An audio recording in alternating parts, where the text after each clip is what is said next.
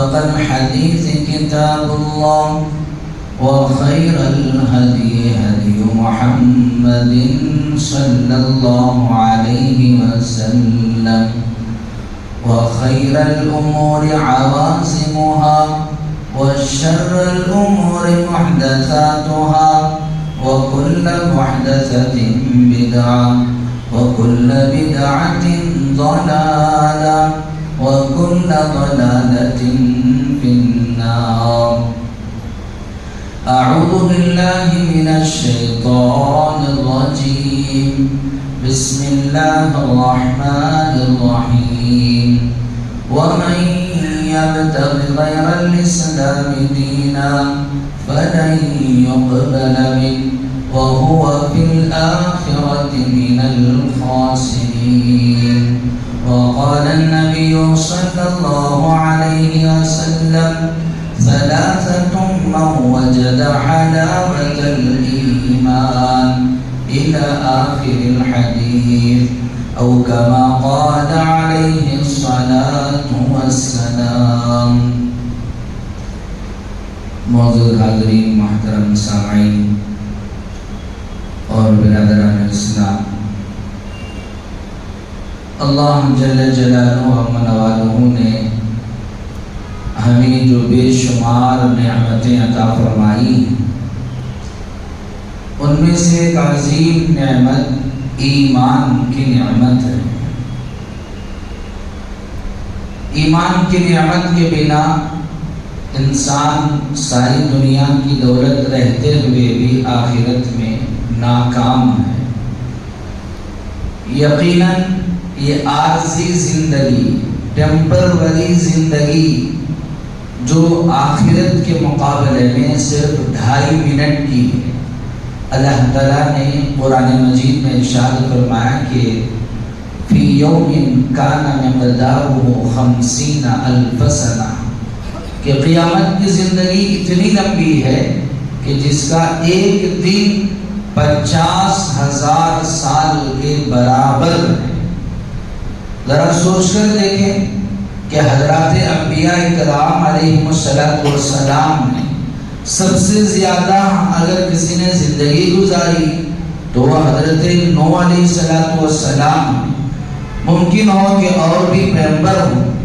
لیکن انہی کی زندگی کو ہم سمجھتے ہیں کہ بہت ہی لمبی زندگی، 950 سال۔ ذرا تصور کر کے دیکھیں کہ وہاں کا ایک دن 50,000 سال کے برابر ہوگا۔ تو علماء نے اس حساب سے انسان کی جو زندگی، جس میں اللہ کے رسول صلی اللہ علیہ وسلم نے فرمایا کہ اعمار امتی ما بین 60 و 70، کہ میری یہ جو امت ہے اس کی عمریں 60 سے 70 سال کے درمیان ہوں گی، یعنی کہ ایوریج جو اوسطاً عمر ہے وہ 60 سے 70 سال ہے۔ تو یہ جو 60 اور 70 سال کی زندگی 50,000 سال کے مقابلے میں وہ صرف 2.5 منٹ کی زندگی ہے۔ 2.5 منٹ انسان وہ اس دنیا میں زندگی گزار رہا ہے۔ ذرا تصور کر کے دیکھیں کہ ایک آدمی کی زندگی میں ایمان ہے اور اس کی پوری زندگی صرف 2.5 منٹ کی، اور وہ اگر اپنے ایمان کو بچا کر لے کر چلا گیا تو وہ اس 50,000 سال والے دن کی زندگی میں آسانی سے وہ زندگی کو گزار لے گا۔ علماء نے لکھا ہے کہ انسان کے زندگی میں 3 مرحلے بہت مشکل ہیں۔ ایک انسان کی پیدائش، ایک انسان کی موت، اور تیسرے جس وقت اس کو قیامت کے دن اٹھایا جائے گا۔ اللہ تعالیٰ نے قرآن مجید میں حضرت یحییٰ اور حضرت زکریا اور حضرت عیسیٰ علیہ السلام کا تذکرہ فرمایا ہے سورہ مریم میں۔ انہوں نے اللہ تعالیٰ سے دعا کی ہے کہ یا لیت یوم ولد و یوم اموت و یوم ابعث حیا، اللہ مجھ پر رحم فرمانا جس وقت میری پیدائش ہو، یعنی میں دنیا کی زندگی میں آؤں، اور اللہ مجھ پر رحم فرمانا جب میں اس دنیا سے جاؤں، میرے دنیا سے جانے کا وقت آ جائے اے اللہ تو مجھ پر رحم فرمانا، وَيَوْمَ أُبْعَثُ حَيًّا، اے اللہ جب دوبارہ زندہ کر کے ہمیں اٹھایا جائے گا اس موقع پر بھی مجھ پر خاص رحم فرمانا۔ علماء نے لکھا ہے کہ جب انسان اس دنیا میں آتا ہے تو ہر انسان وہ فطرت اسلام پر ہوتا ہے، یعنی کہ ہر پیدا ہونے والا بچہ وہ گویا کہ اسلام کی فطرت کو اپنے اندر لے آتا ہے، اور پھر وَلَٰكِنْ أَبَوَاهُ يُحَوِّدَانِهِ وَيُنَصِّرَانِهِ وَيُمَجِّسَانِهِ، لیکن اس کے والدین کوئی یہودی، کوئی نصرانی، کوئی مجوسی اس کو بنا دیتا ہے۔ اسی لیے دعا کی گئی، اے اللہ جو میری ولادت ہے اس موقع پر مجھے گھرانہ وہ ایمان والا ملنا چاہیے۔ وَيَوْمَ أَمُوتُ، اور جب انسان کے موت کا وقت آتا ہے تو یہ انسان کی زندگی کا سب سے قیمتی وقت ہے۔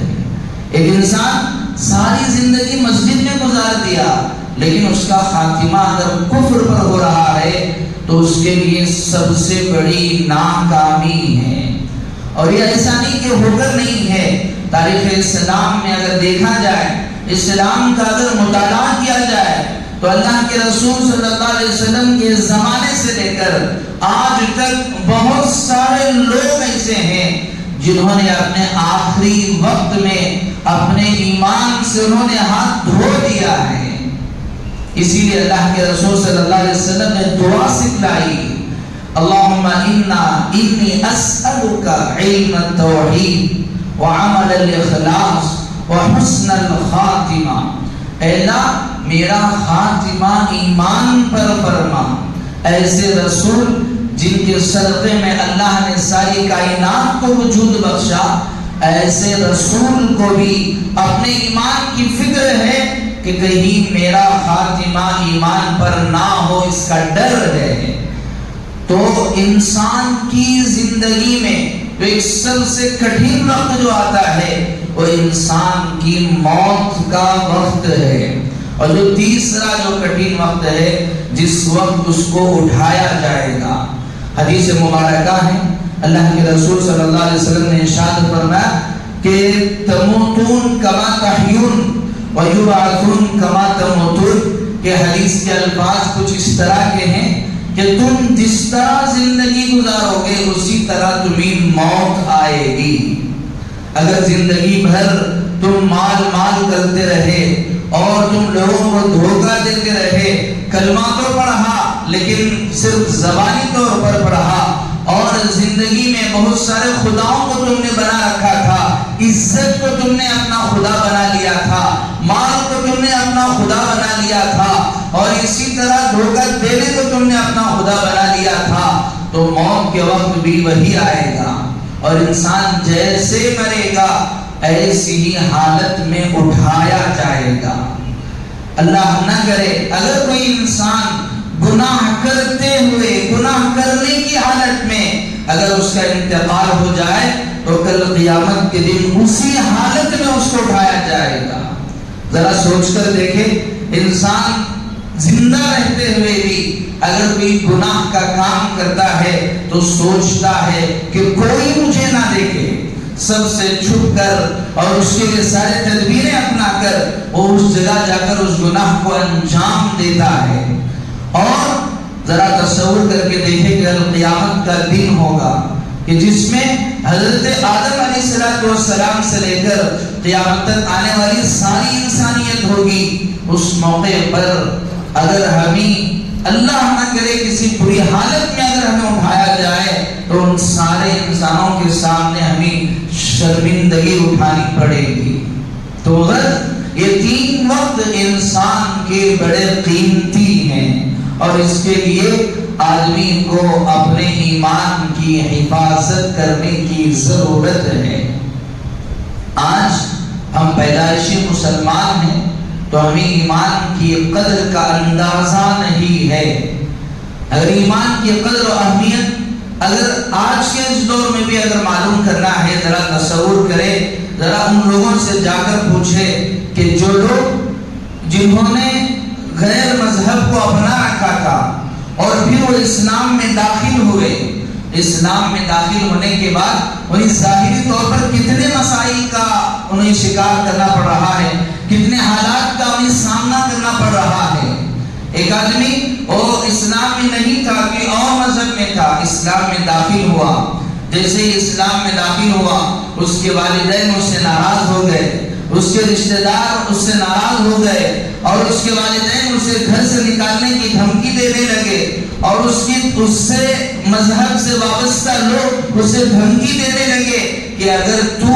ہمارے اس مذہب کو چھوڑے گا تو ہم تجھے مار دیں گے۔ نہ جانے کتنے مسائل کا وہ سامنا کرتا ہے۔ اور پھر جب اس سے آگے بڑھ کر جب وہ کوئی سرکاری کاغذات اگر بنانا چاہے تو اس کے لیے بھی اسے بے شمار مسائل کا سامنا کرنا پڑتا ہے۔ کہیں پاسپورٹ کے لیے اور کہیں کوئی جائیداد کے مسئلے کے لیے بہت سارے مسائل، یہ تو ایک ظاہری مسائل ہیں جو انسان کو سامنا کرنا پڑ رہا ہے۔ اللہ کا بڑا احسان ہے، اللہ نے اس سارے مسائل سے مجھے اور آپ کو بچا کر رکھا ہے،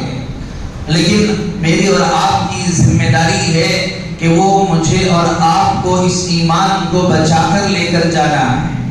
آج سے 1400 سال قبل اگر ہم جائیں، اللہ کے رسول صلی اللہ علیہ وسلم کا دور ہے جس میں وہ لوگ ہیں جو ساری انسانیت میں سب سے افضل ہیں۔ اللہ تعالیٰ نے فرمایا کہ میں نے ساری مخلوق پر اپنی جو نگاہ بصیرت ہے میں نے اس کو ڈالا، تو میں نے سب سے اچھے لوگ انبیاء کو میں نے انتخاب کیا کہ اس کائنات میں سب سے برگزیدہ اور اللہ کے خاص بندے اگر کوئی ہے تو حضرات انبیاء ہیں، اور پھر حضرات انبیاء کے بعد اس کائنات میں سب سے مقدس اگر کوئی لوگ ہیں وہ حضرات صحابہ ہیں۔ ذرا سوچ کر دیکھیں، اللہ کے رسول نے فرمایا کہ یہ سب سے مقدس لوگ ہیں، اور زمانہ کون سا؟ اللہ کے رسول نے فرمایا خیر القرون قرنی من بعدی، کہ زمانوں میں سب سے بہترین زمانہ حضرت آدم علیہ السلام سے لے کر حضرت عیسیٰ علیہ السلام تک، اور اس کے بعد اللہ کے رسول کا جو دور آیا اس دور تک سب سے بہترین اگر کوئی زمانہ ہے، اللہ کے رسول نے فرمایا کہ قرنی، میرا زمانہ ہے۔ اللہ کے رسول صلی اللہ علیہ وسلم کی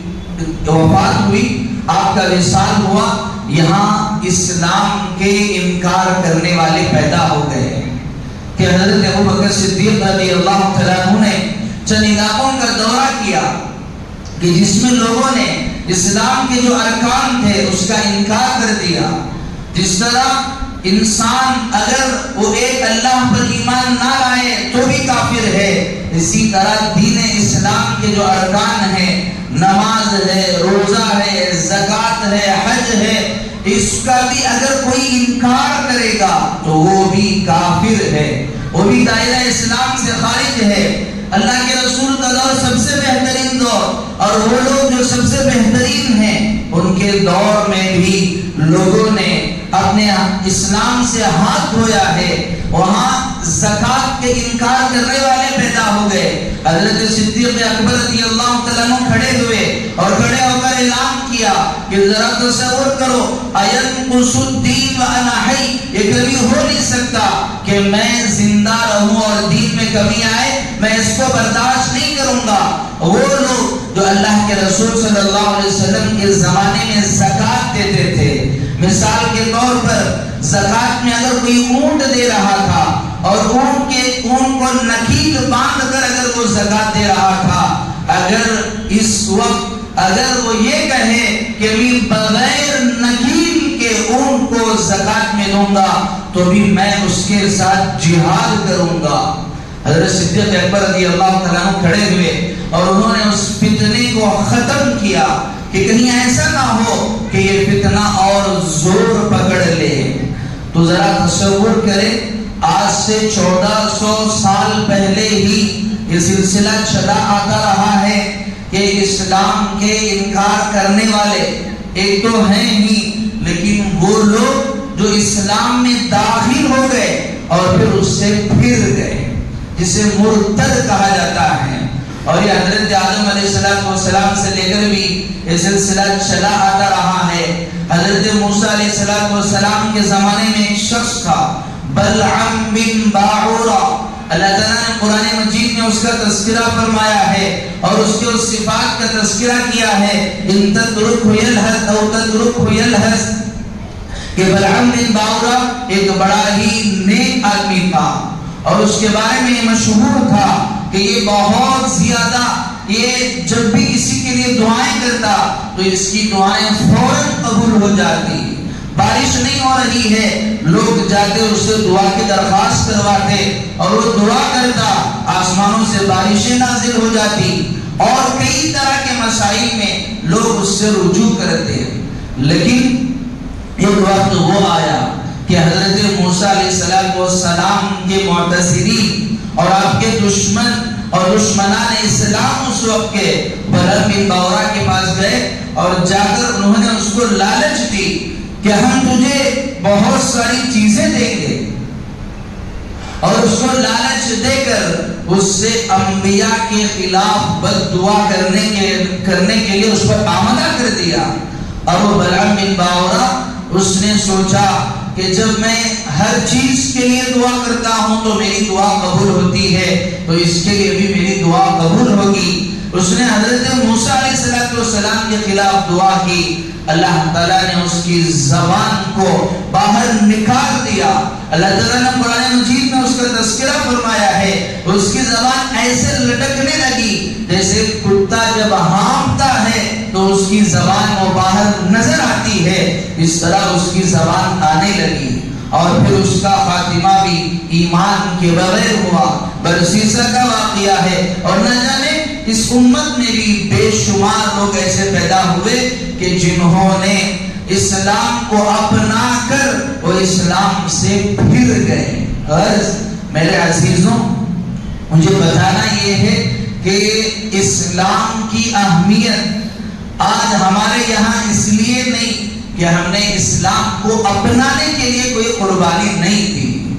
کہ میں مسلمان، میرے باپ مسلمان، میرا دادا مسلمان، ایسے ایک مسلمانی کا ایک سلسلہ چلتا رہا ہے۔ ذرا ایمان کی قدر پوچھنا ہے تو ان حضرات صحابہ سے پوچھئے، حضرت صہیب رومی سے پوچھئے کہ جنہوں نے جب اپنے لیے بہت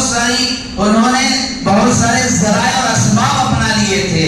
اپنے لیے گھر بنا لیا، اپنے لیے بزنس بنا لیا اور ڈھیر سارا مال انہوں نے جمع کر لیا، لیکن جب اسلام قبول کر کے جب وہ مکے سے مدینے کی طرف ہجرت کرنے لگے تو کفار نے کہا اگر تمہیں جانا ہے تو تمہیں یہ ساری چیزوں کو چھوڑ کر تمہیں جانا ہے۔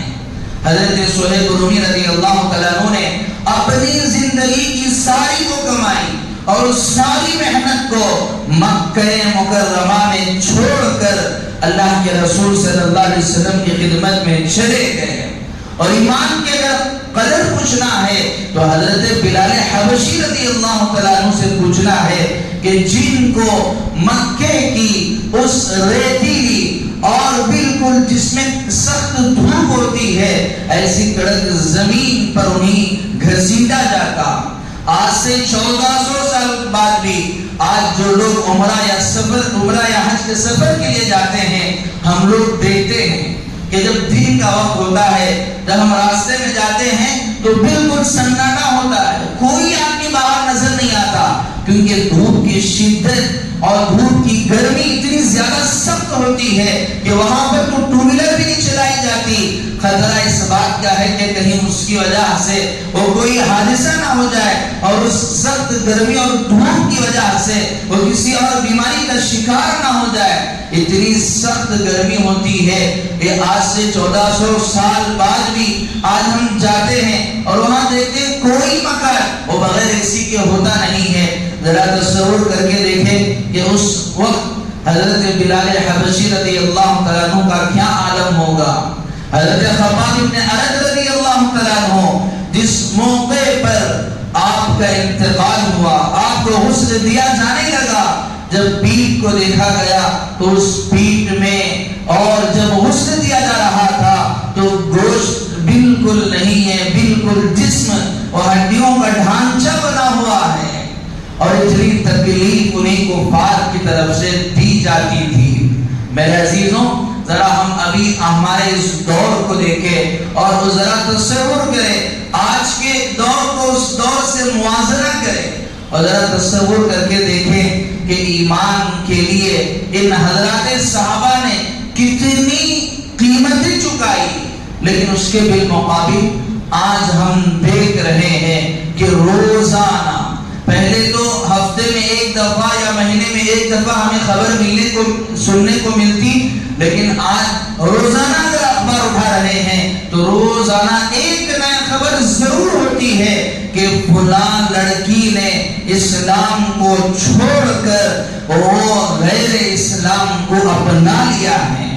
اور نعوذ باللہ مرتد ہو گئی ہے اور اس نے اسلام بیزاری کا اعلان کر دیا ہے، اور کہیں تو ویڈیو بنا کر ڈالا جا رہا ہے کہ فلاں مسلم لڑکی فلاں ایک غیر مسلم کے ساتھ فلاں جگہ پکڑی گئی، اور بہادر نوجوان وہ تو بڑے ہی اپنی بہادری کا مظاہرہ کرتے ہوئے وہ تو اس کی ویڈیو بنا کر یوٹیوب اور وہ سوشل میڈیا پر ڈال دیتا ہے کہ دیکھو یہ ہماری مسلم لڑکیاں ہیں، اس طرح کر رہے ہیں، اس طرح کر رہے ہیں۔ خیر اس بات کو آگے بات کریں گے، لیکن ذرا تصور کریں کہ آج ہمارے اندر سے وہ ایمان کی اہمیت ختم ہوتی جا رہی ہے اور اس کی بہت سارے وجوہات ہیں۔ ذرا تصور کریں کہ اللہ کے رسول صلی اللہ علیہ وسلم پر آپ کے چچا ابو طالب نے بے شمار مہربانیاں کی، آپ کی پرورش کی۔ اللہ کے رسول صلی اللہ علیہ وسلم جب اس دنیا میں آئے تو آپ کے آمد سے پہلے آپ کے والد کا انتقال ہو گیا، اور پھر جیسے جیسے آپ کی عمر بڑھتی گئی 6 سال 8 سال، کبھی آپ کے والدہ کا انتقال ہو گیا اور کبھی آپ کے چچا کا انتقال ہو گیا، اور بہت سارے دور سے گزرے۔ اس موقع پر آپ کا جو ساتھ دینے والے 2 شخصیتوں کا تذکرہ جو تاریخ میں ملتا ہے، ایک تو تھی اماں جان حضرت خدیجہ الکبریٰ رضی اللہ تعالیٰ عنہا جو آپ کی زوجہ مطہرہ ہیں، آپ کا بے شمار انہوں نے ساتھ دیا، اور ایک تھے آپ کے چچا ابو طالب، لیکن جب وہ اس دنیا سے گئے اللہ کے رسول کو بڑی تکلیف ہوئی۔ اللہ کے رسول نے اپنے چچا سے کہا کہ چچا میں چاہتا ہوں کہ آپ کلمہ پڑھ دو، چونکہ اللہ کے رسول جانتے تھے کہ یقیناً ابو طالب کی مہربانیاں مجھ پر بہت ہیں، لیکن ایمان کے بنا یہ سب ادھوری ہیں۔ حتیٰ کہ اللہ کے رسول نے آخری میں کہا کہ میرے چچا تم اگر چاہو تو کان میں کلمہ پڑھ لینا، کل قیامت کے دن میں تمہارے ایمان کی گواہی دے دوں گا۔ لیکن ابو طالب نے کہا کہ میری جو قوم ہے وہ کہے گی کہ ابو طالب نے موت کے ڈر سے بھتیجے کا ایمان قبول کر لیا اور یہ مجھے آر پسند نہیں، اور بغیر ایمان کے اس دنیا سے چلے گئے۔ اور اللہ کے رسول نے ان کے استغفار کی، تو قرآن مجید کی آیتیں نازل ہوئی کہ ما کان للمؤمنین ان یستغفروا للمشرکین ولو کانوا اولی القربى من بعد ما تبین لهم انه الحق۔ قرآن مجید کی آیتیں نازل ہوئی کہ ایمان والوں کے لیے یہ اس بات کی اجازت نہیں ہے کہ وہ مشرکین کے لیے استغفار کرے اگرچہ کہ وہ ان کے رشتہ دار ہی کیوں نہ ہو۔ تو ایمان کی اہمیت اتنی ہے جس کی وجہ سے اللہ کے رسول کو بے انتہا تکلیف ہوئی کہ آپ کے انتقال کے بعد بھی آپ نے سوچا کہ میرے چچا کی کسی طرح بخشش ہو جائے، لیکن میرے عزیزوں آج معاملہ بالکل اس کا برعکس ہے، اور اس کی بہت ساری وجوہات ہیں، اور اس کی سب سے پہلی وجہ ہے آج کا سوشل میڈیا، کہ اس میں ذرا تصور کریں کہ آج سے چند سال قبل اگر کسی انسان کو کوئی مسئلہ معلوم کرنا ہوتا اور کوئی دین کی بات اگر دریافت کرنی ہوتی تو سب سے پہلے مسجد کا رخ کرتا، مدرسے کا رخ کرتا، علماء دین کے پاس جاتا اور دین کا علم رکھنے والوں کے پاس جاتا اور جا کر ان سے مسائل دریافت کرتا اور ان سے مسئلہ پوچھتا۔ لیکن آج ذرا آپ دیکھیں کہ جو پڑھا لکھا طبقہ ہے 90% وہ طبقہ ہے، اگر اسے کوئی بھی مسئلے کی اگر ضرورت ہو تو سب سے پہلے وہ بجائے اس کے کہ کسی عالم دین کے پاس جائے، سب سے پہلے وہ گوگل اٹھائے گا اور اس میں جا کر اس مسئلے کو سرچ کرے گا اور پھر وہاں سے وہ مسئلے کو حل کرنے کی کوشش کرے گا، اور جب پھر اس سے بھی حل نہ ہو تو پھر وہ اپنے اس ڈاؤٹ کو کلیئر کرنے کے لیے وہ پھر آئے گا، اور آئے گا بھی تو ایسوں کے بعد وہ سوچے گا کہ مسئلہ میں جیسے چاہ رہا ہوں اسی طرح مجھے مل جائے۔ اب تو ہوا یہ کہ سوشل میڈیا پر جب سوشل میڈیا عام ہو گیا کہ آج سے چند سال قبل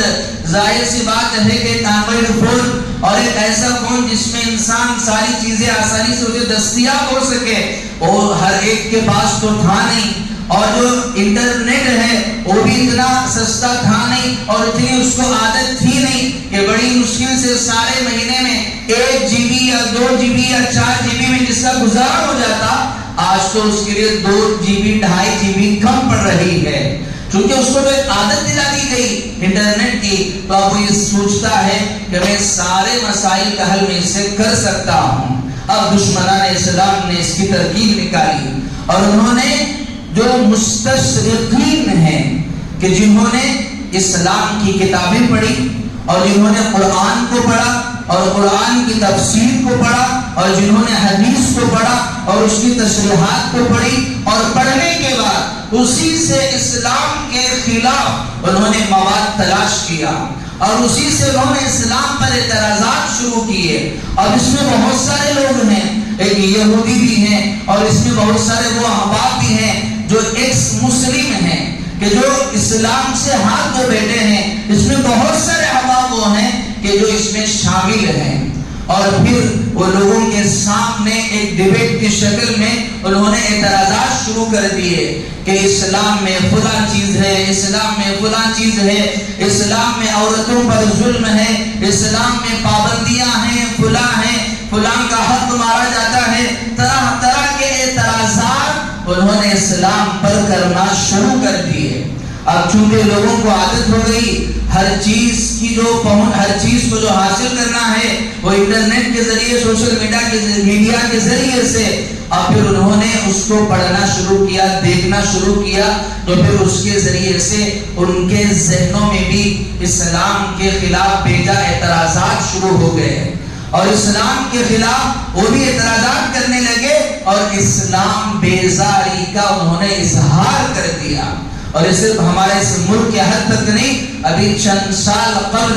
ہم دیکھ رہے ہیں کہ عرب جیسے ممالک میں بھی لوگ اس کا شکار ہوئے، اور پھر جب انہوں نے اسلام کو چھوڑ دیا، وہ مشہور ہوا تھا وہ واقعہ کہ ایک مسلم لڑکی جو عربیت تھی اس نے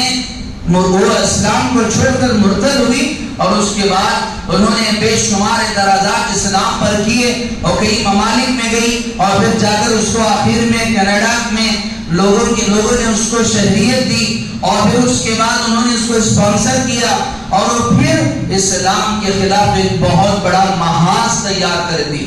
اب اس سے ہو یہ رہا ہے کہ چاہے لڑکا ہو، لڑکی ہو، چاہے کسی بھی عمر کا انسان ہو، وہ اس فتنے کا وہ شکار ہو رہا ہے۔ تو اسلام بیزاری، اسلام سے جو بیزاری کا اظہار ہے وہ دھیرے دھیرے، یعنی کہ ہلکا زہر، بیک وقت نہیں، ایک تھوڑا تھوڑا کر کے زہر وہ انسانوں کے ذہنوں میں ڈالا جا رہا ہے۔ تو اس سے ایک تو اسلام بیزاری لوگوں میں رواج پکڑ رہی ہے۔ آج بھی ہم دیکھتے ہیں کہ بہت سارے احباب ایسے ہیں کہ جنہیں دین اور اسلام سے کوئی تعلق نہیں، بس ان کا مقصد ہے دنیا کمانا ہے اور اچھی سی زندگی گزارنا ہے۔ ہاں، رسمی طور پر ہم نے اسلام کو اپنا لیا، جیسے کسی نے کہا کہ نام تو نے محمد علی رکھ لیا، کیا یہی بس مسلمان کی پہچان ہے؟ بس رسمی طور پر کسی کا نام ہم نے مسلمان کا نام رکھ لیا، لیکن دھیرے دھیرے وہ جو اسلام کی اہمیت ہے ہم سے کم ہوتی گئی۔ بخاری شریف کے حدیث ہے، اللہ کے رسول صلی اللہ علیہ وسلم نے ارشاد فرمایا کہ 3 چیزیں ایمان کی حلاوت کی، ایمان کی لذت کی علامت ہیں۔ پہلی چیز ان یکون اللہ ورسولہ احب الیہ، کہ اس کے لیے اللہ اور اس کے رسول دنیا کی ہر چیز سے بڑھ کر ہو،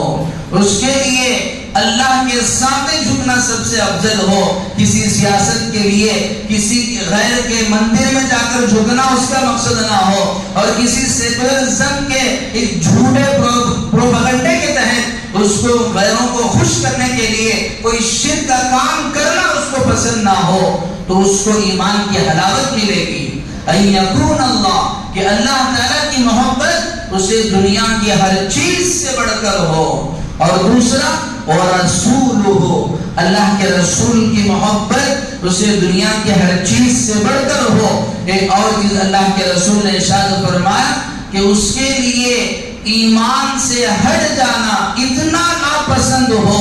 جتنا کہ آگ میں ڈالا جانا اس کو ناپسند ہے. ظاہر سی بات ہے, انسان کو آگ میں ڈالا جانا خود کو کیا, وہ دوسروں کو بھی پسند نہیں کرے گا. اگر کسی کوئی آگ میں جل رہا ہے, انسان فوراً سوچے گا کہ کسی طرح اس کو بچایا جائے اور اس کو آگ سے نکالا جائے. اسی طرح جس طرح آگ میں ڈالا جانا ایک انسان کو ناپسند ہے, اسی طرح ایمان سے پھر جانا اس کو اتنا ہی ناپسند ہو, تب جا کر انسان کو ایمان کی حلاوت نصیب ہوگی.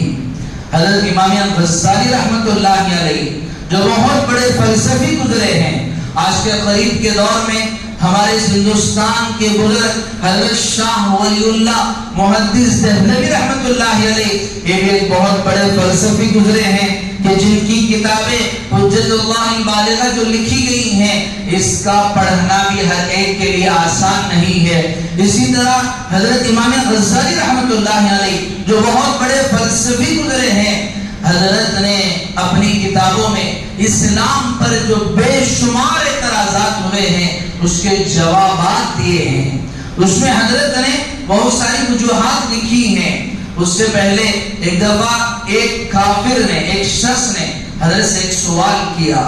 کہ آپ کے قرآن مجید کی ایک آیت ہے, یا ایھا الذین آمنوا اذا قمتم الی الصلاۃ فاغسلوا وجوہکم وایدیکم الی المرافق وامسحوا برؤوسکم. کسی نے ان کو اعتراض کیا کہ آپ کے یہاں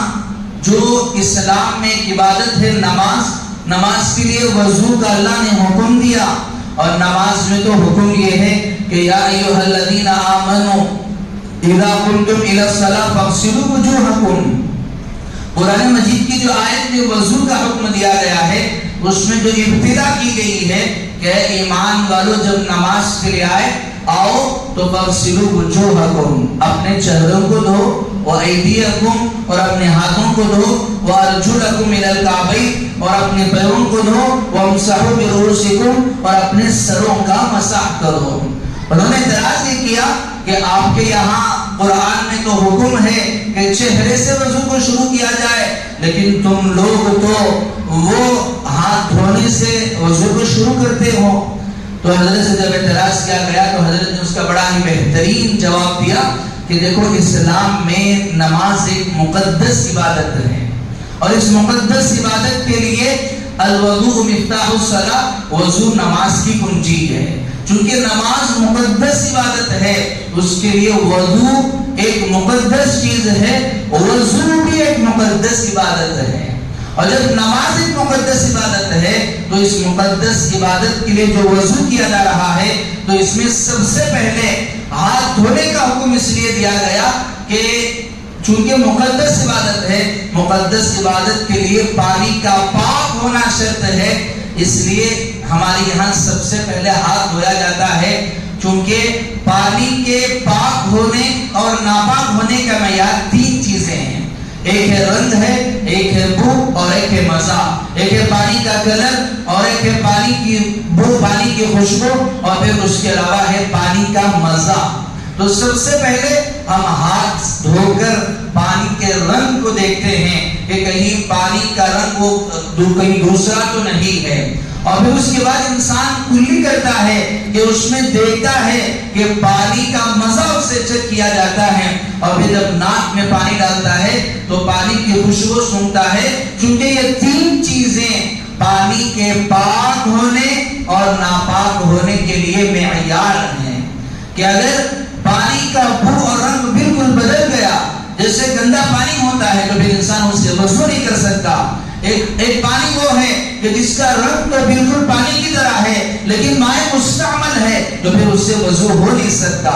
تو اگر حضرت امام غزالی رحمۃ اللہ نے اسی طرح کے بہت سارے جوابات دیے. جب حضرت سے جب یہ پوچھا گیا تو حضرت نے اس کا ایک جواب یہ دیا کہ آنے والے وقت یقیناً شاید وہ ہمارے اس دور کے لیے حضرت نے فرمایا کہ لوگ جو اسلام سے پھریں گے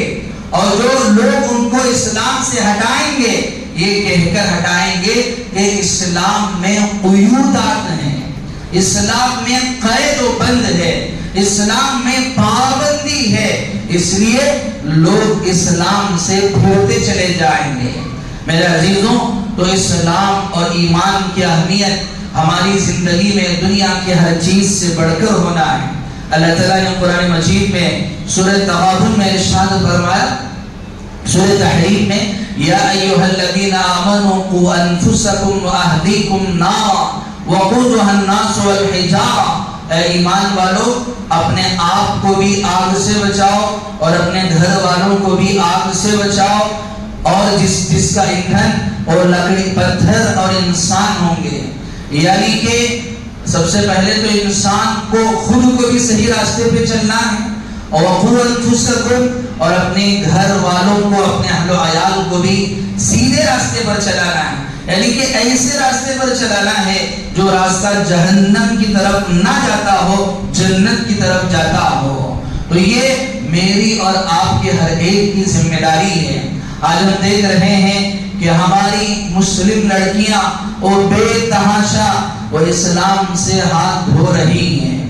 اور اس کی وجہ جو علماء نے 4 وجوہات اس کی لکھی ہیں. اس کی سب سے پہلی وجوہ ہے ہمارے اس معاشرے میں جو ہماری مسلم لڑکیاں وہ غیر مسلموں کے جو جنگل میں پھنس رہی ہیں اور ان کا شکار ہو رہی ہیں، اور آئے دن ہمیں دیکھنے کو مل رہا ہے. اور اس کی سب سے جو بنیادی وجہ ہے وہ ہے مصرفانہ شادیاں. کہ آج ہم نے نکاح کو اتنا مشکل بنا دیا کہ لڑکیوں کے لیے نکاح کرنا گویا کہ عذاب کی طرح ہو گیا. کہ ابھی چند دن قبل ایک عالم دین نے کسی ایک لڑکی کے باپ سے بات چیت کی. ان سے محلے کے لوگوں نے کہا کہ فلاں گھرانے کی لڑکی وہ غیروں کے ساتھ ہم نے ان کو دیکھا ہے. اور جب اس عالم دین نے اس لڑکی کے باپ سے جا کر بات چیت کی تو انہوں نے گویا کہ ہمارے سارے مسلم معاشرے کو گویا کہ ایک آئینہ دکھایا ہے. انہوں نے کہا کہ بڑی بہت اچھی بات ہے، یقیناً ہمیں بھی اس کا احساس ہے، لیکن کیا کیے میری جو لڑکی کی عمر ہے اور شادی ہونے کو ہے، لیکن جو بھی کوئی آتا ہے وہ اتنا بڑا منہ کھول کر مانگتا ہے، یہ ہماری اتنی حیثیت نہیں ہے کہ ہم اس کو دے سکیں. ایسا ہوتے ہوتے میری لڑکی کی عمر وہ دھیرے دھیرے بڑھتی چلی جا رہی ہے، اور میری عمر بھی وہ بڑھتی جا رہی ہے. میرے بڑھاپے کا تقاضا ہے، اپنی بیٹی کو اور سمجھا نہیں سکتا، مجبوری میں اس نے وہ راستہ اپنا لیا ہے. اور پھر آج ذرا دیکھیں کہ جب کوئی مسلم لڑکی کہیں غیر مسلم کے ساتھ ملتی ہے تو ہمارا معاشرہ بڑی خوشی کے ساتھ اپنا ایمانی فریضہ سمجھتے ہوئے اس لڑکی کی ویڈیو بناتی ہے اور پھر اس کو لوگوں میں وائرل کرتا ہے، اور یہ سمجھتا ہے کہ میں نے بہت بڑی بہادری کا کام کر دیا. اگر اسی لڑکے کے لیے اگر کسی ایسے لڑکی کا رشتہ اگر چلے جائے کہ جو حیثیت میں کم ہو اور جو غربت کی وجہ سے اگر اس کا نکاح نہ ہو رہا ہو تو پھر وہ کہنے لگتا ہے کہ کیا کریں، گھر میں ہمارے والدین مانتے نہیں ہیں اور دوست و احباب مانتے نہیں ہیں، تو اس طرح کہہ کر وہ ڈھال دیتا ہے. تو میرے عزیزوں، اگر اس طرح کی شادیوں کی وجہ سے اگر یہ مسلم لڑکیاں اس میں 2 طرح کی ہیں، ایک وہ ہیں کہ جنہوں نے اعلیٰ تعلیم حاصل کی ہے وہ تو اپنی خوشی سے اپنا رہی ہیں، تو وہ خیر وہ تو ان کے گھرانے اس ماحول کی اس تربیت کا اثر ہے جس کی بنیاد پر وہ خوشی بخوشی وہ اللہ معاف فرمائے اسلام سے ہاتھ دھو رہی ہے. لیکن بعض وہ بھی ہیں کہ جن کے والدین کہتے ہیں کہ ہمیں یہ ہرگز پسند نہیں کہ ہماری لڑکی کسی ریسیپشن میں جا کر کام کرے، ہمیں یہ پسند نہیں کہ ہماری لڑکی وہ ہسپتال میں جا کر کام کرے، لیکن مجبوری ہے، غربت ہے جس کی وجہ سے سب کرنا پڑ رہا ہے۔ اگر اس طرح کا معاملہ ہے تو سارا مسلم معاشرہ وہ ذمہ دار ہے۔ تو ہمیں یہ صرف نہ کہنے سے یہ حل ہوگا، بلکہ ہر ایک کو اس کے لیے قدم اٹھانا پڑے گا، ورنہ کل قیامت کے دن ہم سے بھی پوچھا جائے گا، یا ایھا الذین آمنوا قوا انفسکم واہلیکم نارا۔ اب تم کو بھی ایمان بچا کر لے جانا ہے، اور تمہارے رہنے والے، ساتھ رہنے والے ہر انسان کا ایمان بھی بچا کر لے جانا ہے۔ آج فلاں کی لڑکی ہے تو کہیں وہ دور، کہیں ایسا تو نہیں کہ آپ محفوظ ہیں، جو چنگاری وہاں لگی ہے ممکن ہے کہ وہ آپ کے گھرانے تک بھی آ جائے۔ حضرت علی میاں صاحب رحمۃ اللہ علیہ جو بہت بڑے مفکر گزرے ہیں، حضرت نے اس موقع پر کہا تھا کہ آج جو ہم اپنی مسلم لڑکیوں کو اعلیٰ تعلیم حاصل کروا رہے ہیں، اس میں جو تعلیم حاصل کی جا رہی ہے مخلوق تعلیم ہے، جس میں لڑکے اور لڑکیاں ایک ساتھ تعلیم حاصل کر رہی ہیں، اور ہم نے کوئی ایسا انتظام نہیں کیا ہے کہ جس کی وجہ سے وہ باپ پردہ ہو کر تعلیم حاصل کرتی۔ اسی موقع پر آج سے کئی سال قبل حضرت نے کہا تھا،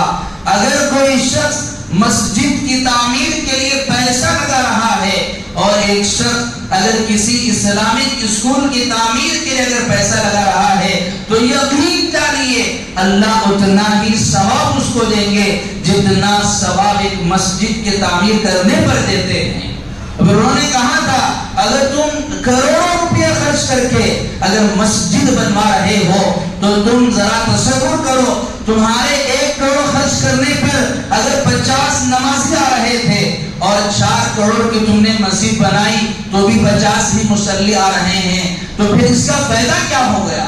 اگر وہی پیسہ اگر اس مسلم لڑکیوں کے لیے اور اس کی اعلیٰ تعلیم کے لیے اگر تم لگاتے، یقیناً معاشرے کا ضرور بھلا ہوتا۔ اس کا مطلب ہرگز یہ نہیں کہ مساجد کی تعمیر کے لیے پیسہ نہ لگایا جائے، بلکہ مساجد کی تعمیر کے لیے بھی ضرور لگا جانا چاہیے، لیکن معاشرے میں ہر ایک حصے کو بیلنس کر کے ہمیں کرنا ہے۔ اللہ تعالیٰ سے دعا ہے اللہ مجھے بھی اور آپ کو بھی اس پر عمل کی توفیق عطا فرمائے۔ آخر میں آپ حضرات سے گزارش ہے،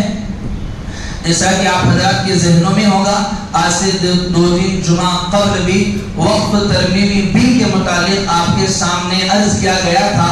کہ ہماری حکومت نے، جو موجودہ حکومت ہے، اس نے وقف ترمیمی بل کو انہوں نے پارلیمنٹ میں پاس کرنے کی کوشش کی، چونکہ اس بار کا اپوزیشن تھوڑا مضبوط نظر آ رہا تھا، اور یا ان کو اس بات کا بھی خوف تھا کہ ان کے جو حمایتی ہیں اور جو ان کے سپورٹر ہیں شاید وہ اسے انکار کر دیں، وہاں پاس نہیں ہو سکا، اور پھر اس کے بعد اس بل کو JCB جوائنٹ پارلیمنٹ کمیٹی جو ہے اس کے حوالے کیا گیا، اور پھر اس کمیٹی سے الحمدللہ ہمارے اس ملک کے بہت سارے تنظیموں نے، علماء نے اور بہت سارے عمائدین نے جا کر ان سے بات چیت کی ہے اور ان کو سمجھایا ہے کہ جو وقت ترمیمی بل ہے یہ بالکل ہمارے لیے مناسب نہیں ہے، اور پھر اس کے بعد جو جوائنٹ پارلیمنٹ کمیٹی ہے انہوں نے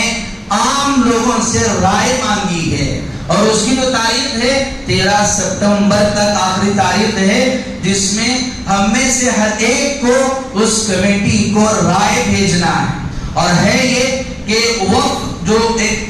مسلمانوں کی پراپرٹی ہے، جس میں ہمارے باپ داداؤں نے، آبا و اجداد میں بے شمار دولتیں ہم سب کے لیے، بھلائی کے لیے، مسلمانوں کے لیے انہوں نے بے شمار پراپرٹیاں وہ وقف کے حوالے کی ہیں، اور وقف کے لیے بہت سارے بل بنائے گئے، بہت سارے ایکٹ بنائے گئے، الگ الگ دور میں 2003 میں 2001 میں الگ الگ طور پر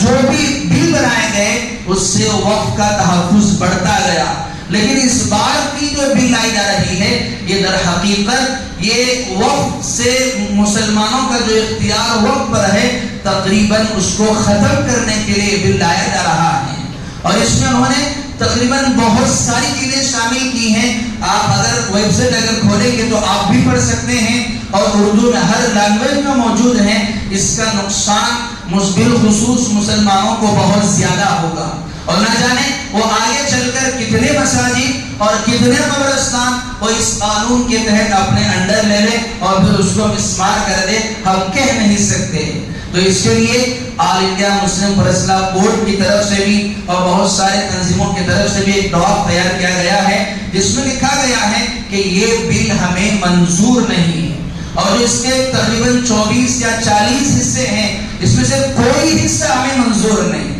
اس کو ایک مکمل اسکان کے لیے مضمون بنا کر اس کے لیے اسکان وغیرہ بھی بنایا گیا ہے۔ ہمارے اس مسجد کے بالکل باہر اس دائیں اور بائیں چار طرف بھی وہ انگریزی میں اور ایک اردو میں بھی لگا ہوا ہے، جس میں مختصر سا تعارف اور اس کے بعد ایک اسکین ہے۔ آپ اگر اس کو اسکین کریں گے تو ڈائریکٹ آپ اپنے میل پر چلے جائیں گے، جس میں سارا وہ مواد تیار ہو کر آپ کے سامنے رہے گا، بس آپ کو اپنے نام سے اس کو سینڈ کرنا ہے۔ اور یہ ہمیں کوشش کرنا ہے خود بھی کرے اور دوسروں کو بھی کرائے، زیادہ سے زیادہ ہماری ریجیکشن بل کی جو ہماری جو رائے ہے وہ اس کمیٹی تک پہنچے اور وہ بل پاس نہ ہو، جس سے معاشرے کا اور قوم کا اور مسلم کا بھلا ہو۔ اس کے لیے آپ حضرات سے درخواست ہے کہ وہ تو واٹس ایپ میں بھی بہت سارے احباب نے اس کی لنک بنا کر شیئر کی ہے، آپ بھی شیئر کیجئے، اور اگر آپ نہیں کیے ہیں تو باہر وہ اسکینر لگے ہوئے ہیں، آپ اس کو اسکین کر کے اپنی رائے میل کے ذریعے ضرور بھیجیں۔ اللہ تعالیٰ سے دعا ہے اللہ تعالیٰ آنے والے وقت کو ہم سب کے لیے اور بالخصوص مسلمان ہند کے لیے گزرے ہوئے وقت سے بہتر بنائے۔ آمین وآخر دعوانا الحمدللہ۔